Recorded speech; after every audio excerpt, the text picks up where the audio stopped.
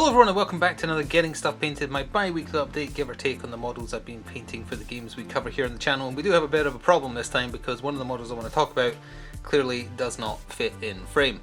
It's Liberty Prime. I will talk about him though, and the colours used and things like that, but to get a good view of him I uploaded a short where I did like a panning shot from up and down, down and up, and his front and back. If you want to see in more detail how it turned out, that's where to go. Beyond that though, we have some bot war to talk about, we have some Marvel Crisis Protocol, we have some Batman miniature game, and we have some Monster Hunter World, the board game.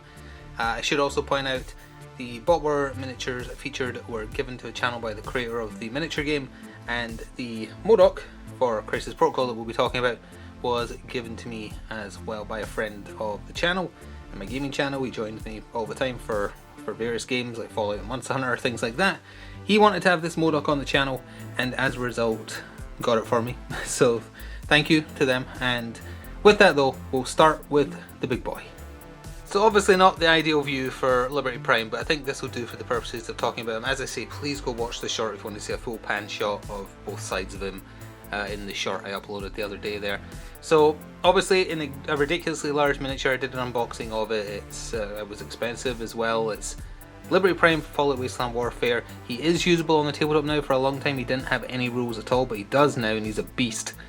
As was, painting him was a beast of a task. So I'll talk you through the process, although I will say he did do the trademark, the thing that Wasteland Warfare miniatures do, sadly, which was a little frustrating because I didn't really use contrast paint on this. I did on everything else. My process for painting Liberty Prime was a spray paint base coat. I used a spray can of Grey Seer just because that's what I have. Then I did a base coat spray from an aerosol can of silver paint, which was a bit too clean looking for my liking. I wanted to rust them up a little bit, make them look a bit more dank. So I did Agrax Sour Shade basically over all of them. I did use some contrast paints for picking out the mini nuke that he's holding and the ones on his back, for the like Tesla coils on his back up here, for his visor, and for the base more so. But honestly it was just those two sprays in a wash for him himself. I can maybe turn him a little bit here. His base is the heaviest part of him, believe it or not. It is way too thick. It should be half the thickness it is. It might have to be that thick just because of the molding process, I don't know. Very detailed. He's standing on a crushed red rocket station. Very daunting, and because he did the thing, it doesn't have quite the finish I wanted. He looks rusty enough, like I didn't want him to look clean. If I just left it with just the silver paint, he's way too shiny, he would look brand new. And it doesn't fit the theme, doesn't look like how he does in the game or anything like that. So that's why I wanted him to look a little bit rusted, because he's a robot that the Brotherhood of Steel barely brought back online and tricked into marking every Enclave member as a communist. So, you know, it does that kind of thing. So I'm not going to talk much more about him. I just wanted to, as a matter of note, mention it here. He is complete. I'll be doing something with him for Wasteland Warfare. I'm also going to move him to the side once I reorganize my camera here so we can see everyone else. But he's going to be off to one side just overlooking everybody. And if they ever step out of line, that nuke's getting thrown. Alright, back to a more traditional view now with the leg of Liberty Prime sitting here glaring at what's going on. So this is the Valiant half of the 2nd edition starter for Bot War, a game I've covered about on the channel and just recently got back into after a longer hiatus than I realised. And the Valiants that you get in this are enough to form a just under a 70 point team. If you buy them an upgrade, it's 70 on the dot, which is what I did in the most recent video that went live for them. So let's see if I can remember their names. Oh, that's a good game. Okay, before I talk about the colours, that's Herbs, that is Traffic Stop, Supercharge or Supercharger. I think I kept on interchanging his name, to be honest, and confusing it with a sauce from KFC. Cold Start and Decal. I'm pretty sure that's right, and RG is missing because I painted the little sniper ages ago, so it would have been in this series sooner. Contrast paint used on all of them. I'll try and give you some close-ups here. I believe this is the Striking Scorpion green. The one I used for Mortal Hulk is the one I used on Herbs, with a little bit of a Yandin yellow and a wash of non-oil over every one of them, just to give them that kind of oily, robotic style that I like. Traffic Stop was, actually, you know what, I don't think I used the Yandin yellow because I don't see the orange tint to the shadow that Yandin yellow often gives. I think that was Imperial Fist yellow. I think I settled on using that. I might be misremembering. but just by the way I don't see the orange shadows, I'm pretty sure that is what I used. And a little bit of Black Templar as well, Lead Belcher Silver, and non-oil. And that the orange bits there are Gryph-hound orange, it's not a yellow paint. As my dog cries for attention, you have to wait till the end of this section. Supercharger, that is using the Eldari, no that is not Eldari Emerald, that is Striking Scorpion Green. What's the other one called? Mantis Warren Green and Striking Scorpion Green are the two, I think.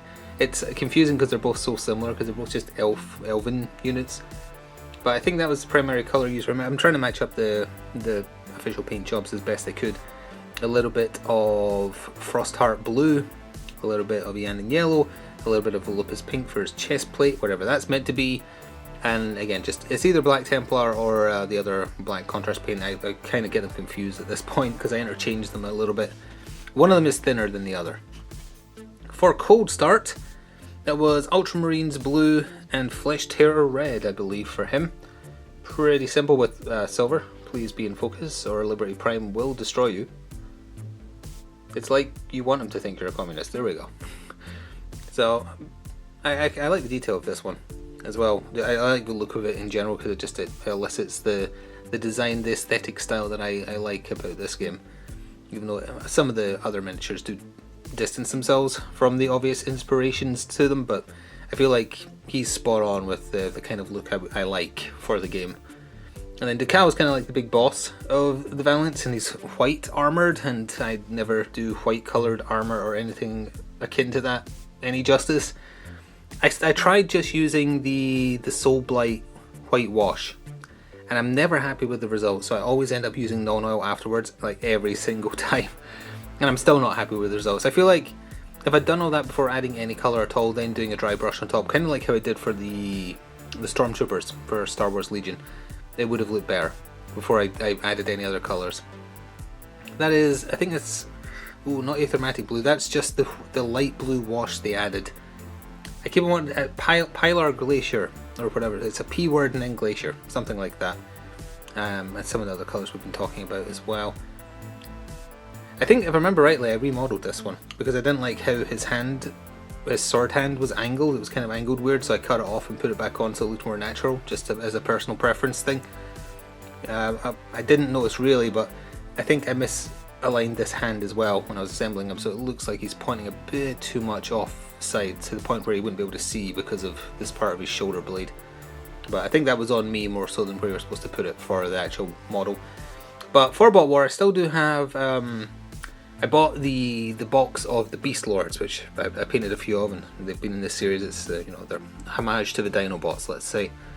I've still got a few of them to paint up, and the developer is sending me something to do with the game because he would like to see more Bot War. If you haven't given it a go, I encourage you to give it a go. It's a very quick skirmish game. The rules are super simple.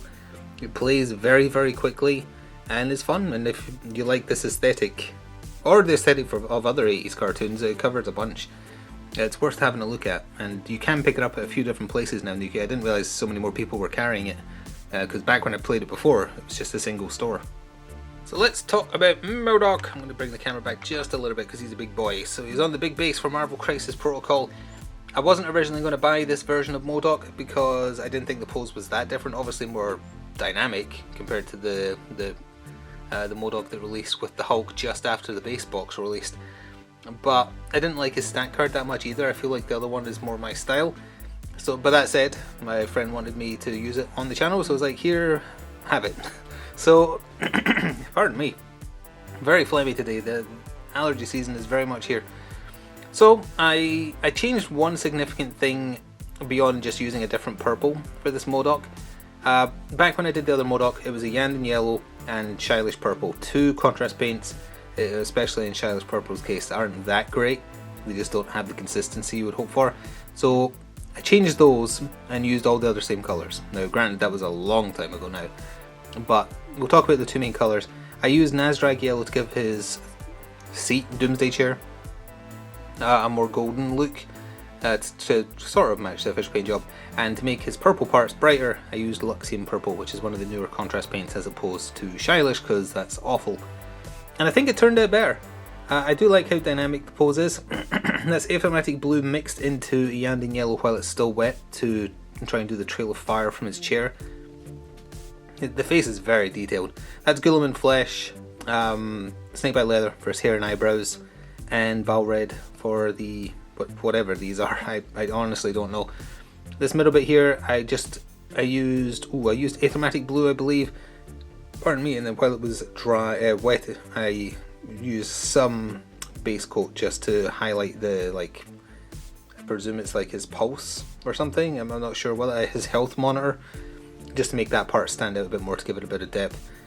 I feel like the model itself is doing a lot of work here, much more than the paint job, which is just okay.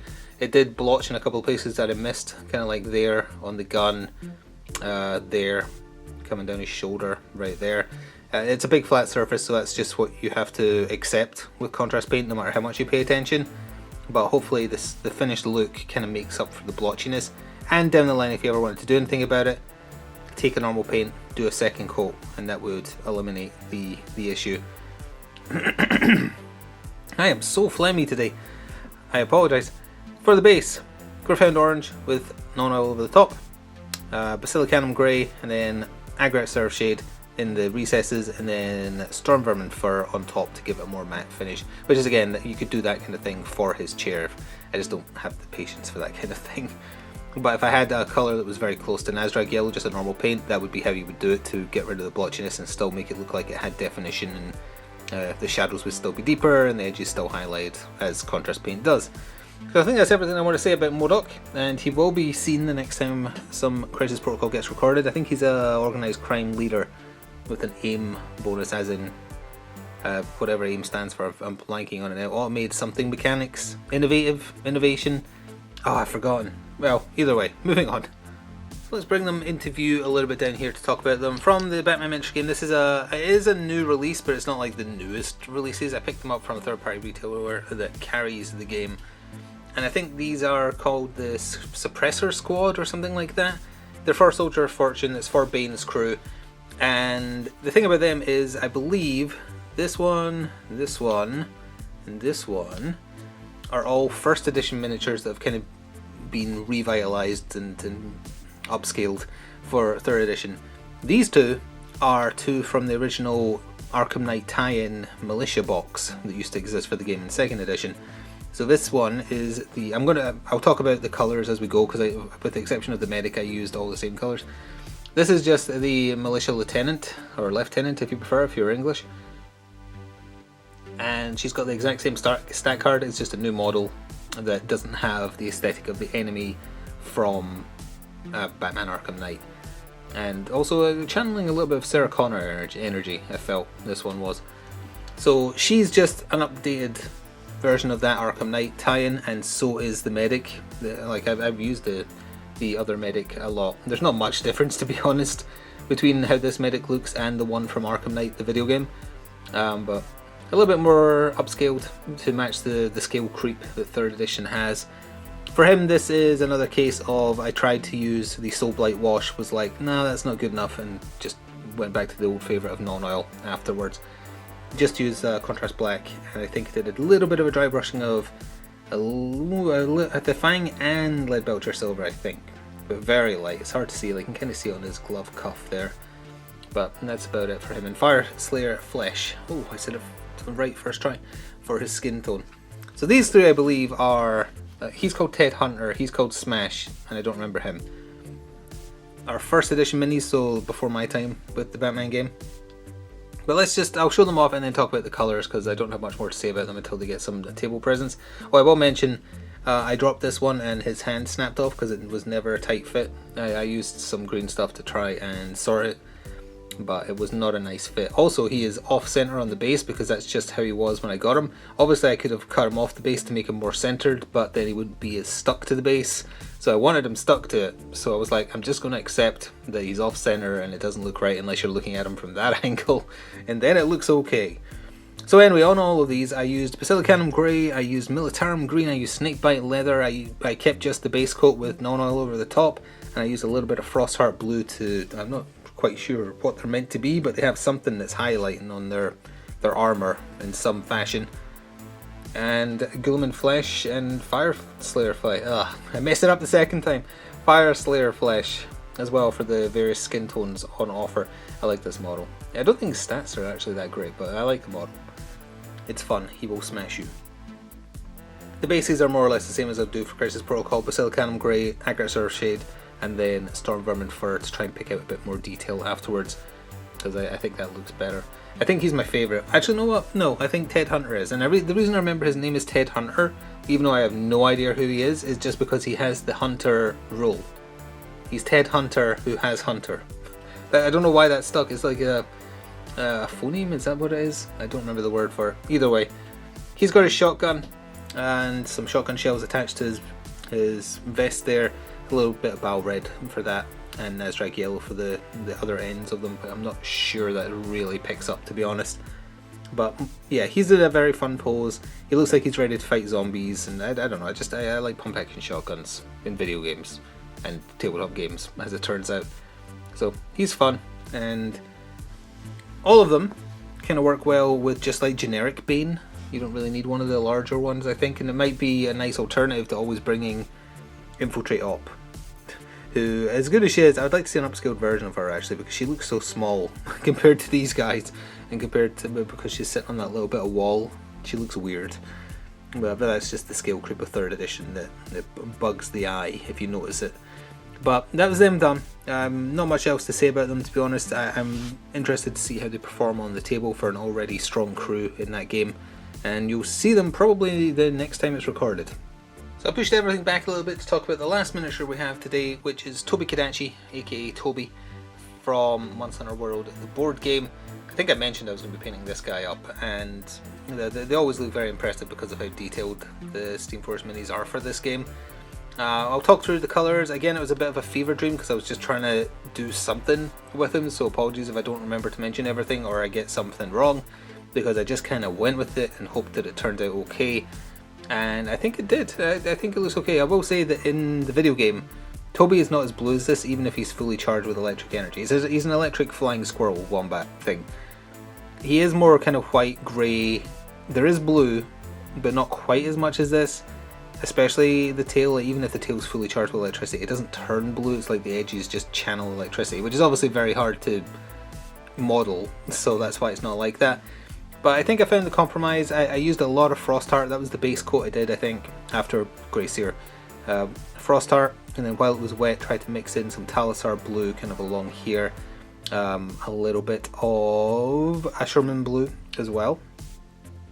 Then I did dry brushing of Grey Seer again to try and pick out some of the scales in the more white parts of his in-game body. So kind of along here as well. I used Null Oil to try and add some definition. I think I went a bit too OTT with that, to be honest. But it makes him look a little bit beat up, if nothing else.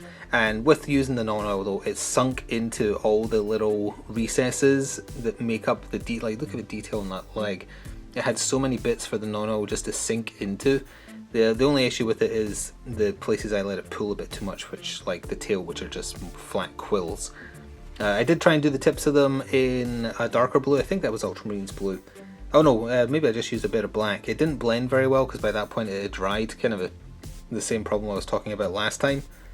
So it didn't blend as well. I kind of wish I hadn't done that, or if I'd started with black and let it dry and then done blue over the top, which is probably what I should have done. It would have kept the black toned way back. Or just done each one individually if I'd had the patience and mixed between the black and the blue to give it a much more smooth look. But yeah, that's Toby Kadachi. Oh yeah, for his mouth of Lupus Pink, Bal Red for his eyes, and that is about it. Once again, I did try and model a pupil and I think it turned out okay. He will be on the table in a video whenever I next record more of the Monster Hunter World board game. I'm not sure how many more of those I'm going to record, because as I play it, I dislike the gameplay of it less and less because it's too samey. Like, all that really changes is how much damage and dodge value you need for the monsters. They don't really feel any different to me. The models are fantastic quality, the game itself not so much. It's over engineered, I would say. Has a lot of room for interpretation, which is a negative. It should be tighter. You need to house roll stuff, which is stereotypical for Steamforge's games, with the exception of God Tier. And it put me off going in on the Iceborne Kickstarter, I know a couple of people asked me my opinion of the game because that Kickstarter was running. It's finished now, but it was running. No, as much as I love the miniatures and the quality, I do also think that they slightly shrunk the monsters for the Iceborne board game, but they're being so deliberately obtuse about the size listings for the monsters that it's hard to tell. And when my friend who did back the game asked in the official FAQ, they got ignored, which seems a little off to me. So that's why I decided not to go in on them. A little bit of coverage will continue. I do want to paint more of the miniatures. I don't think I'll paint all of them, but like the ones that you have to take apart to store, that's awkward. Like that is awkward, and I don't have any place else to put them, so they have to be stored. But the monsters that can be stored all in, just as they are, if I'm in the mood, if I'm still short on grey seer as most of the world is, I think it's still a bit of, there's a bit of a shortage going on. We'll see.